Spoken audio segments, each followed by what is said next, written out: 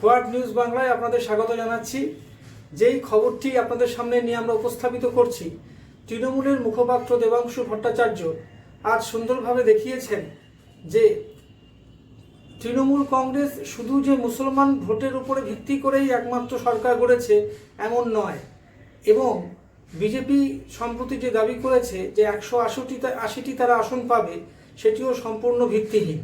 তিনি সুন্দরভাবে অঙ্ক কষে দেখিয়েছেন ভিডিওতে, আপনারা দেখবেন যে তৃণমূল কংগ্রেস মূলত জিতছে বা সরকার করেছে তার যে মানুষের প্রতি যে তার কমিটমেন্ট এবং সুন্দর যে সোশ্যাল স্কিম এবং মানুষের পাশে দাঁড়ানো, সেটা হিন্দু মুসলমান শিখ খ্রিস্টান নির্বিশেষে সেটা কিন্তু মমতা বন্দ্যোপাধ্যায় করতে পেরেছেন।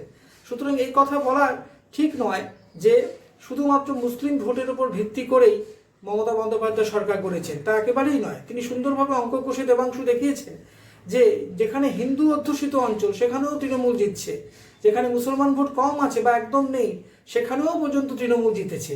সুতরাং একথা স্বীকার করতে কোনো বাধা নেই যে তৃণমূল কংগ্রেস বা মমতা বন্দ্যোপাধ্যায় যেই জনমোহিনী যে সুন্দর স্কিম তিনি করেছেন, মানুষের পাশে দাঁড়িয়েছেন এবং চারিদিকে সামাজিক প্রকল্প, মহিলাদের উন্নয়ন, তাদের হাতে লক্ষ্মীর ভাণ্ডার এবং আরও অন্যান্য কন্যাশ্রী থেকে আরম্ভ করে সবুজ সাথী, এই যে তিনি সমস্ত রকমের যে সামাজিক প্রকল্প তার ভিত্তি করেই তিনি কিন্তু সরকার করছেন।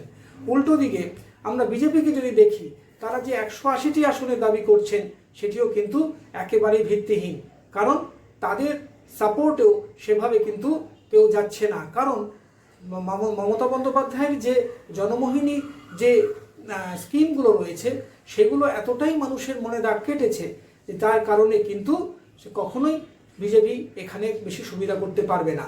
ধর্মের ভিত্তিতে পশ্চিমবঙ্গে ভোট হয় না, ভোট হয় এখানে কাজের ভিত্তিতে। কি করেছে, রুটি কাপড়া আর মকান, এই যে অবস্থান, এইখানে কিন্তু তৃণমূল কংগ্রেসের জয় জয়।